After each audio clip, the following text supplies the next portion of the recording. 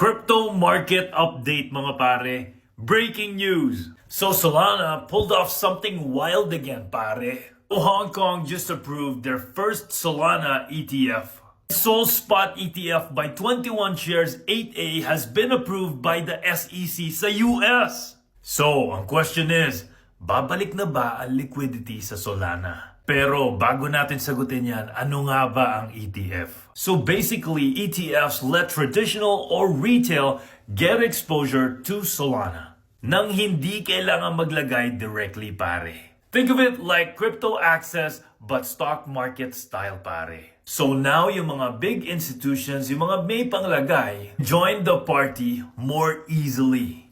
Look at this chart pare. ETH and BTC still dominate ETF. And yan yung inflows pero Solana is starting to catch up.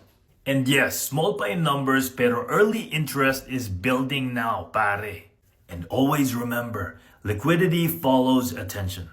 Always. Every cycle may comeback moment na sobrang strong. And Solana keeps bringing things that bring in new maglalagay. And again, big institutions yan. From Jupiter to Pump Fund and then ETFs na now. So tingin mo pare, meme season na ba ulit? Comment mo lang dyan. As for me, maybe not yet.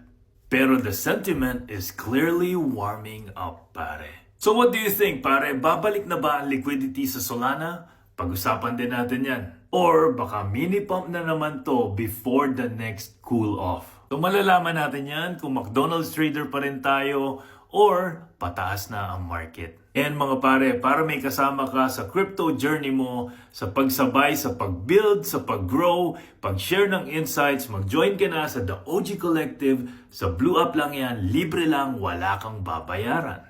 And for more crypto insights, follow mo na si Crypto Pare. Sheesh!